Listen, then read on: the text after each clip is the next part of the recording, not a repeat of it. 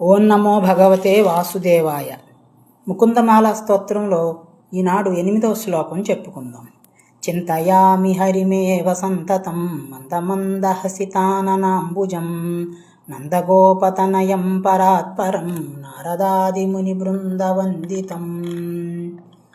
ఈ శ్లోకంలో కులశేఖరాళ్వార్లు స్వామివారిని ఈ విధంగా ప్రార్థన చేస్తున్నారు.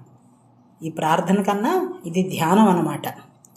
నేను ఎల్లప్పుడూ ఆ శ్రీమన్నారాయణుణ్ణే శ్రీహరినే ధ్యానిస్తున్నాను అని చెప్తూ, ఎటువంటి స్వామిని ధ్యానిస్తున్నారంటే నందగోపుని కుమారుడు, అందరికంటే ఉన్నతుడైనటువంటి వాడు, నారదుడు మొదలైనటువంటి మునుల చేత ఎల్లప్పుడూ నమస్కరింపబడేటువంటి స్వామి, చిరునవ్వుతో ఉండేటువంటి ముఖము కలిగినటువంటి వాడు, కమలముల వంటి ముఖం కలిగినటువంటి వాడైనటువంటి ఆ శ్రీహరిని ధ్యానిస్తున్నాను అని మనతో కూడా ఆ స్వామి యొక్క ధ్యానం చేయిస్తున్నారు. ఆ చిరునవ్వుతో ఉన్న ఆ శ్రీమన్నారాయణుణ్ణి, శ్రీకృష్ణుణ్ణి మనము కూడా ధ్యానించి తరించదముగాక.